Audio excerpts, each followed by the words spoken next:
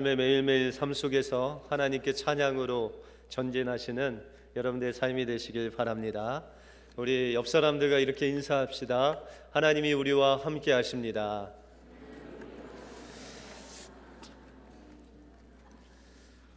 예배를 드리시는 여러분들과 주님이 늘 동행해 주실 줄 믿습니다. 주님과 늘 함께 하시는 여러분들의 삶이 되시길 바랍니다.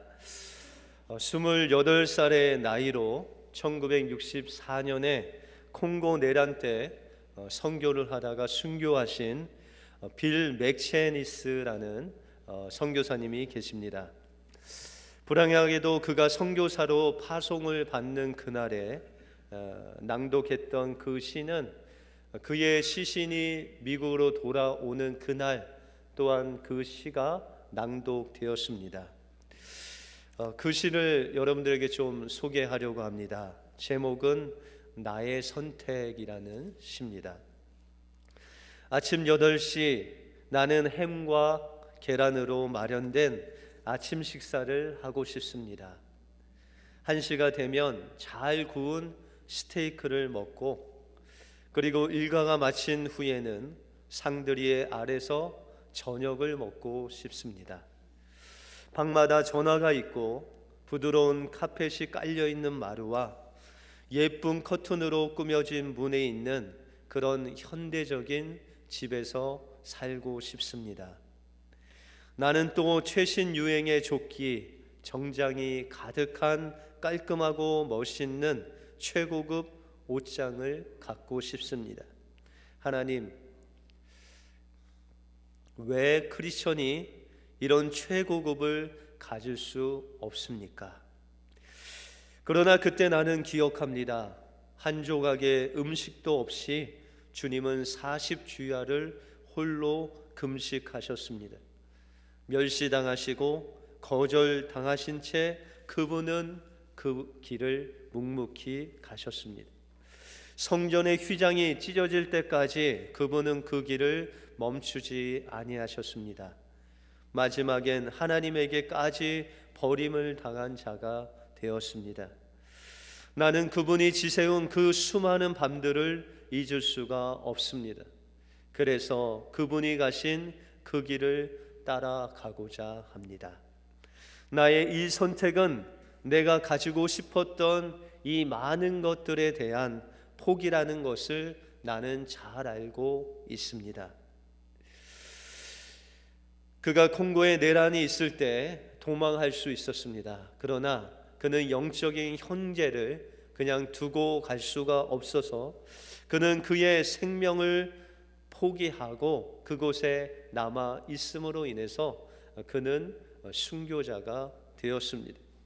때때로 우리의 삶 속에 우리가 하고 싶은 것, 우리가 누리고 싶은 것, 우리가 가지고 싶은 것들이 있을지라도 우리 주님의 길을 갈 때는 때로는 그것들을 하나님 앞에 내려놓아야 할 때가 있다는 것입니다. 오늘 모세가 하나님의 부르심을 받았을 때 하나님께서는 그에게 그의 신을 벗으라라고 말씀하셨습니다.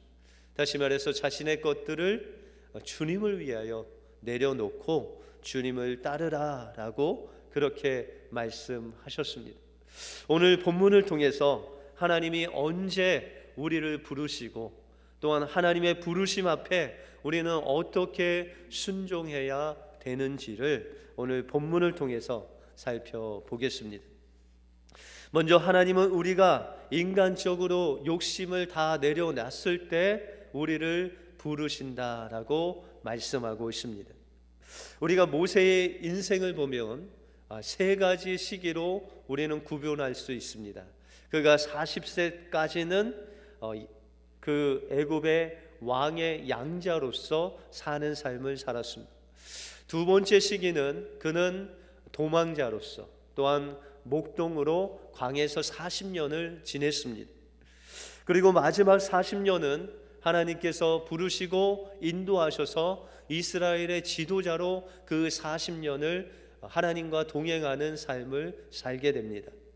오늘 모세가 하나님을 만난 시기는 그의 두 번째 시기인 80세에 하나님께서 이 모세를 부르셨다는 것입니다. 그런데 이 당시 모세의 모습을 보면 그는 하찮은 목동으로, 그는 처가살이를 40년 동안 하면서 자신의 양도 아니고 그 장인의 양을 몰면서, 오늘 성경에 보시면 광야 서편, 다시 말해서 광야 끝까지 그 양들을 몰고 가서 양들을 먹였다라고 그렇게 말씀하고 있습니다. 애굽의 부귀영화와 권세의 모습은 사라지고 자신의 힘으로 이스라엘 그 백성들을 애굽에서 건져내겠다는 그 정의감마저 사라진 그 모세는 하나님 앞에서 그냥 평범한 목동으로, 양을 치는 사람으로 이곳에 서 있었다는 것입니다. 우리도 하나님께서 우리를 부르실 때 우리는 인간적으로 무엇을 할 수 있다, 내가 무엇을 해야 한다, 아니면 이 일은 나밖에 할 수 없다 라고 생각했을 때 하나님은 우리를 부르시는 것이 아니라, 하나님, 저는 아무것도 할 수 없는 연약한 인생입니다. 하나님, 도우심 없이는 제가 아무것도 할 수 없는 연약한 인생입니다 라고 하나님 앞에 고백하는 그 순간 하나님은 우리에게 찾아오신다라고 말씀하고 있다는 것입니다. 하나님께서는 우리를 찾아오실 뿐만 아니라 주님을 만났을 때 주님께서는 우리에게 하나님의 비전을 보여주시는 하나님이십니다. 오늘 2절에 보시면 여호와의 사자가 떨기나무 불꽃 가운데서 그에게 나타나시니라. 그가 보니 떨기나무에 불이 붙였으나 사라지지 아니하는지라 라고 말씀하고 있습니다. 모세는 종종 이 사막에 아주 따가운 햇볕과 또한 부는 그 바람에 의해서 아주 마른 가시 떨기나무들이 불에 타고 금세 그 탄 재가 날리워지는 그런 모습을 종종 목도하였습니다. 그런데 오늘 이 모세가 본 것은 그 가시떨기나무에 불이 붙었는데도 불구하고 그 떨기나무가 타지 않는 것입니다. 여러분들, 이 가시떨기나무라고 하는 것은 바로 우리의 인생을 가리켜 말씀하고 있습니다. 우리는 광야에 하찮은 떨기나무 같아서 항상 그 가시로 인해서 쉽게 상처를 주고 쉽게 상처를 받는 인생의 모습이 바로 우리의 모습이다라고 말씀하고 있습니다. 우리의 인생 속에서 이 가시떨기와 나무 같은 우리의 인생이 불만 조금 붙으면 금세 타서 재로 변할 수밖에 없는 인생이 바로 우리의 인생이다라고 말씀하고 있습니다. 그런데 모세가 이런 떨기나무에 불이 붙었는데도 불구하고 그것이 없어지지 아니하는 그런 광경을 보았다는 것입니다. 그리고 그 광경을 보기 위해서 그 떨기나무, 불이 붙은 떨기나무에 갔을 때 그 안에 하나님께서, 하나님 자신이 그 불꽃 가운데 계셨다는 것입니다. 이것은 가장 천하고 무가치한 가시떨기 나무가 불꽃 가운데 임재하신 하나님을 만나고 또한 하나님과 우리 인생이 하나 되는 그런 하나님이 인생과 동행하시는 그 비전을 모세에게 보여주셨다는 것입니다.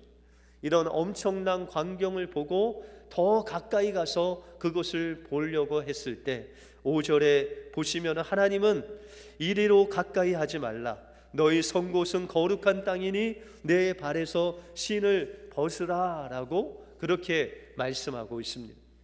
여러분들, 오늘 어떤 신을 신고 오셨습니까? 제가 생각했을 때는 가장 좋은 것, 오늘 날씨를 딱 보고 오늘 예배에 가니까는 오늘 날씨에 맞게 가장 좋은 것을 아마 신고 오셨으리라 생각합니다. 여러분들, 근데 오늘 예배 오실 때 그냥 슬리퍼 신고 오신 분 계십니까? 아니면 고무신, 좋은 고무신 아니고 그냥 집에서 신는 고무신 신고 오신 분 있으십니까? 없으시죠? 여러분들, 결혼식장에 가면서 슬리퍼 신고 가는 사람 없죠? 운동화 신고 가는 사람도 없습니다. 여러분들 축구하는데 구두 신고 축구하는 분 봤습니까? 없으시죠. 다시 말해서 이 신은 무엇인가 내가 하려고 하는 그 목적에 맞게 신을 신고 내가 계획하고 내가 목적에 있는 그곳에 가서 내가 행동을 자유스럽게 하기 위해서 신는 것이 바로 우리의 신발이라는 것입니다. 그런데 여러분들, 오늘 하나님이 내 발에 신을 벗으라 라고 했습니다. 그래서 여러분들 오늘 신발을 다 벗고 집에 돌아가시기 바랍니다. 그러면은 어떻게 집에 갈 수 있을까요? 없을까요? 여러분들 신발 벗고 집에 가면은 주위의 사람들이 약간 이상한 두로 바라볼 것입니다. 여러분들 신발이 없으면 또한 내가 하고 싶은 것을 할 수 없습니다. 그런데 하나님께서 오늘 신을 벗으라 라고 했을 때 이 당시 고대 사회에서 신을 벗는다는 의미는 바로 종들, 노예들이 그들은 신을 신지 않고 그렇게 일을 했습니다. 다시 말해서 하나님이 모세에게 신을 벗으라고 한 것은 너의 신을 벗고 나의 종이 되라 라고 말씀하고 있다는 것입니다. 또한 이 고대 당시에 신을 벗는 것은 왕이나 아니면 궁전에 들어갈 때, 거룩한 곳을 들어갈 때 경의와 아니면 존경의 표시로 그 신을 벗었다는 것입니다. 다시 말해서 하나님의 거룩한 땅에 죄인인 모세가 그냥 있을 수 없어서 하나님을 존경하고 하나님을 예배하는 마음으로 그 신을 벗으라 라고 말씀하고 있다는 것입니다. 이 모세가 벗은 신, 다시 말해서 모세가 신었던 신은 40년 동안 양을 쳤던 목동의 신이었습니다. 모세가 신고 있던 신은 애굽에서 왕의 그 양자로 살았던 40년의 그 애굽의 신을 신고 있었다는 것입니다. 이제 모세가 신었던 신은 이 모세의 삶을 이끌고 또한 모세 자신이 늘 습관적으로 살고 있었던 그 모습을 다 담고 있는 모세의 자신의 신이었다는 것입니다. 이제 하나님은 모세에게 모세가 신고 일했던 그 모든 신들을 하나님 앞에 내려놓고 하나님으로 신으라고 말씀하고 있다는 것입니다. 다시 말해서 하나님의 종이 되어서 하나님께서 입혀주시는 신을 신고 하나님이 입혀주시는 옷을 입고 하나님이 주시는 그 지팡이를 가지고 하나님의 종으로서 하나님의 사명을 다해라 라고 말씀하고 있습니다. 하나님은 광야 40년 동안 살아가는 그 이스라엘 백성들에게 말씀하시기를, 다시 말해서 40년 광야 생활을 끝나고 그 가나안 땅을 바라보는 그 이스라엘 백성들에게 하나님께서 말씀하시기를, 주께서 40년 동안 너희를 인도하여 광야를 통행케 하셨거니와 너의 몸에 옷이 낡지 아니하였고 너의 발에 신이 헤어지지 아니하였다고 말씀하고 있습니다. 하나님께서 인간의 그 신과 인간의 옷과 인간의 지팡이를 놔두고 오직 하나님을 바라보고 하나님이 동행한 그 이스라엘 백성들은 그의 옷이 낡지 아니하고 그의 신이 헤어지지 않는 놀라운 은혜를 하나님께서 공급해 주셨다는 것입니다. 여러분들의 인생을 돌아보시기 바랍니다. 여러분들이 하나님께서 동행하심으로 말미암아 여러분들의 신이 헤어지지 아니하고 여러분들의 옷이 떨어지지 아니하고 하나님께서 여러분들을 여기까지 하나님의 은혜 가운데 인도하셨다는 것입니다. 하나님은 모세를 부르시고 신을 벗으라고 말씀하신 것은 이제 너의 신은 내가 함께하는 것이 되어서 너의 인생을 책임을 줄 뿐만 아니라 너의 인생의 주인이 바로 하나님 내가 될 것이라고 말씀하고 있다는 것입니다. 그러므로 우리는 예배를 드리는 이 시간에 여러분들의 신을 벗어야 됩니다. 여러분들이 이 땅에서 살아온 그 여러분들 인생의 신, 여러분들이 잘할 수 있는 여러분들의 경험이 풍부한 그 신, 여러분들이 가지고 있는 그 신은 이 예배 시간에 다 벗어 버리시고 하나님이 동행하시고 하나님이 함께 하시는 신을 신고 예배가 끝나고 주님과 함께 여러분들의 집으로 돌아가시기 바랍니다. 그러면 주님이 주시는 신과 주님이 주시는 옷과 주님이 함께 하시는 인생은 마른 풀과 같이 아니하고 영원히 생명력 있는 하나님의 그런 귀한 인생이 된다는 것입니다. 그러면 하나님께서 우리에게 주시는 이 신은 어떤 신입니까? 하나님은 모세를 부르시고 비전을 주신 후에 이스라엘 백성들이 있는 그 애굽 땅으로 이 모세를 보내십니다. 그때 모세는 11절에 말하기를 내가 누구간데 바로에게 가며 이스라엘 자손들을 애굽에서 인도하여 내리까라고 말하고 있다는 것입니다. 아직도 모세는 자신의 신을 신고 있었습니다. 하나님, 나는 하나님 앞에서 보잘것없는 인생일 뿐만 아니라 저는 애굽에 내려갈 수 없는 살인자고 도망자고 그들 앞에 설 수 없는 연약한 인생입니다라고 말하고 있다는 것입니다. 하나님께서 여러분을 부르실 때 하나님, 저는 연약합니다. 저는 할 수 없습니다. 예레미야 선지자는 하나님, 저는 아이라 말할 줄 알지도 못하는 연약한 인생입니다라고 그렇게 고백했습니다. 그것이 우리의 고백이고 그것이 우리의 신을 신고 있는 우리의 모습이라는 것입니다. 그때 하나님께서 말씀하시기를 내 신을 벗고 이제 내가 너와 정령 함께 함으로 내가 너의 신이 되겠다. 내가 너와 함께 하겠다. 내가 너에게 주신 그 사명을 내가 이루겠다라고 말씀하고 있다는 것입니다. 그래서 주님께서 말씀하시기를 12절에 보면 하나님이 가라사대 내가 정녕 너희와 함께 있으리라 라고 말씀하시고 있다는 것입니다. 정녕 모세와 그 애굽에 하나님이 가시겠다는 것입니다. 하나님이 일하시겠다는 것입니다. 하나님께서 그들을 건져 주시겠다는 것입니다. 그것이 바로 하나님이 모세에게 허락하신 하나님의 신이라고 말씀하고 있다는 것입니다. 그러면 하나님은 이 모세를 하나님의 신을 신기셔서 어디로 인도하고 있습니까? 우리가 7절에 보시면 여호와께서 가라사대 내가 애굽에 있는 내 백성의 고통을 정령히 보았다라고 말씀하고 있습니다. 하나님의 마음, 하나님의 시각, 하나님의 귀는 지금도 하나님을 모르고 죄 가운데 빠져서 그 죄로 인해서 고통받고 그 신음하고 그 어둠 속에 있는 그 영혼들을 향하여 주님의 마음이 향하여 있다는 것입니다.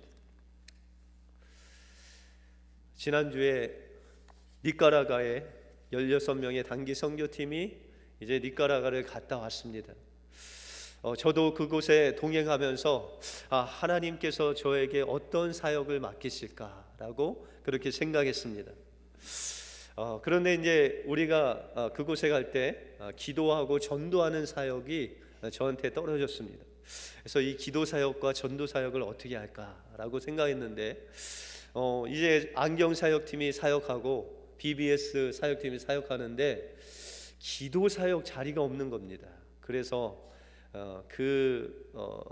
교실의 한 구석에 있는 자리를 잡고 그것을 빗자루로 잘 쓴 다음에 의자를 3개를 딱 갖다 놓고 통역하는 사람을 앉히고 제가 앉고 이제 한 분 한 분을 기도하기 시작했습니다. 하나님께서 이곳에 왜 보내셨을까?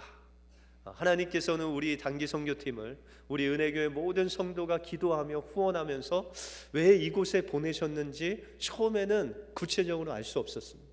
그런데 첫날 기도하면서 그 보아코라는 산골에 올라갔습니다.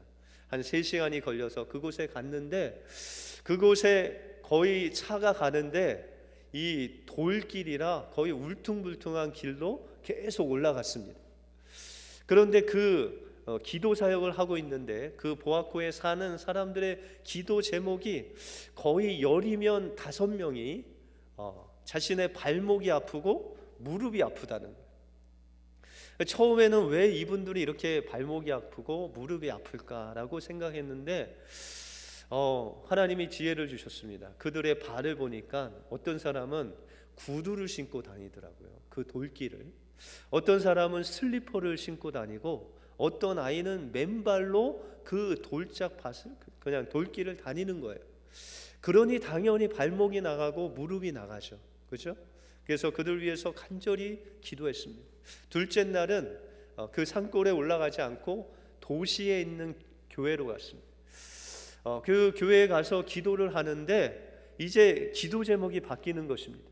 발목과 무릎이 아픈 것이 아니라 어떤 사람은 전립선 암도 있고 기도 들리지 않고 거기까지는 괜찮은데 자기의 아들이 지금 제일에 있다는 거예요. 감옥에 있다는 거예요. 어떤 사람은 애매하게 누명을 쓰고 감옥에 들어가고, 어떤 아들은 좀 나쁜 짓을 해서 감옥에 들어갔는데 언제 나올지 모른다는 거예요. 그 아들의 이름을 주면서, 그 남편의 이름을 주면서 기도해달라는 거예요. 어떤 여성과 어떤 딸이 둘이 기도를 하러 왔어요. 그래서 기도 제목이 무엇입니까? 라고 물었더니 자신 남편을 위해서 기도해달래요. 자기 남편이 직장이 없다는 거예요. 그런데 직장이 없는 건 괜찮은데 맨날 술 먹고 알코올릭에 마약을 한다는 것입니다. 그러면서 그 딸과 함께 그 아내가 정말 간절한 마음으로 기도를 요청했습니다. 통역하는 사람과 저와 그 여인과 딸을 붙잡고 기도했습니다. 그 딸도 울고 그 아내도 울고 통역자도 울고 저도 울고 간절히 기도했습니다. 그러면서 제가 이틀 3일 동안 그 기도한 심령이 한 200명이 넘게 기도를 해주면서 한 50명 이상을 주님을 영접하는 기도를 했습니다. 그러면서 하나님께서 니까라과에 나를 보내신 이유를 알았습니다. 사도 바울을 빌립보 그 감옥 속에 보내셔서 그 어두운 가운데 생애를 마감할 수 있는 그런 영혼들을 위해서 그 사도 바울을 그 깊은 감옥에 보내신 것까지, 제가 평생 기도해도 어떻게 니까라과에 정말 알지도 못하는 그 감옥에 있는 사람의 이름을 부르면서 제가 언제 그렇게 기도했겠습니까? 언제 기도할 수 있겠습니까? 그런데 하나님께서는 그 심령들을 사랑하셔서 우리를 보내신 것입니다. 여러분들 기도를 시키고 여러분들이 후원하게 하시고, 제가 니까라과에서 선교사님한테 들은 이야기는, 목사님, 은혜교회 성도님들이 기도 많이 하시는 것 같습니다. 여러분들 마지막 날에 갔는데요, 그 마지막 날 그 장소에 스페니쉬로 프랭카드를 걸어 놓더라고요. 웰컴 코리안 형제들이라고 써놨더라고요. 선교사님이 말씀하시기를, 내가 10년을 선교했는데 이 프랭카드를 걸어놓고 단기 선교 맡는 팀은 여기밖에 없다고 그렇게 말씀하시면서 하나님이 날씨도 인도하시고 우리 단기 선교팀의 건강도 인도하시고 또 사람들을 인도하시는데 우리가 생각한 대로 안 됐어요. 첫날 갔는데 사람이 많을 줄 알았는데 상당히 적었어요. 오후에는 또 적겠거니 했는데 또 너무 많이 왔어요. 이튿날은 아이들이 너무 많이 와서 한 5명이서 거의 160명 이상을 아이들을 기도해주고 또한 하나님과 찬양을 했어요. 또한 도시 그쪽에 교회 가니까 100여 명이 넘는 사람이 안경 달라고 기도해달라고 기다리고 있었어요. 우리의 계획과 우리의 뜻대로 하나님이 인도하신 것이 아니라 하나님이 계획하시고 하나님이 정하시고 하나님이 정말 그들의 아픔을 보시고 계셨구나라는 것을 제가 체험하고 왔습니다. 하나님께서 우리를 니까라과에 보내시고 우리 은혜교회를 사용하셔서 그 감옥에 있는 한 사람 한 사람, 그 불치병에 있는 그 한 사람 한 사람을 기도하기 위해서 하나님께서는 니까라과 단기 선교를 계획하시고 16명의 단기 선교팀을 보내셔서 하나님의 놀라운 사랑을 전하게 하셨다는 것입니다. 우리는 하나님을 만나기 위해서 우리의 인생의 끝자락으로 나가야 됩니다.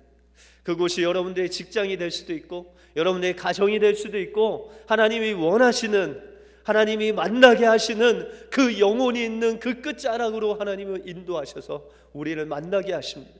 우리의 눈으로 봤을 때 도저히 상상할 수 없는 그 자리로 우리를 인도하여 주셔서 우리의 신을 벗으라고 말씀하십니다. 우리의 인생의 신, 우리의 경험의 신, 우리가 소유하고 있는 그 신을 벗고 하나님께서 인도하시는 곳으로 가라고 합니다. 하나님께서는 그냥 보내시는 것이 아니라 우리와 함께 하셔서 하나님이 친히 우리의 신이 되셔서 그곳으로 인도해 주신다고 말씀하고 있습니다. 그러므로 우리의 신을 하나님 앞에 벗으시고 주님의 명령에 순종하여 하나님이 함께 하시는 하나님의 신을 신고 하나님이 원하시는 영혼, 하나님이 원하시는 자리에서 하나님의 마음으로 그들을 위해서 기도하심으로 모세와 같이 이스라엘 백성들을 구원하고 하나님의 역사에 동참하시는 우리 은혜교회 모든 성도님들 되시길 주님의 이름으로 축원드립니다. 기도하겠습니다.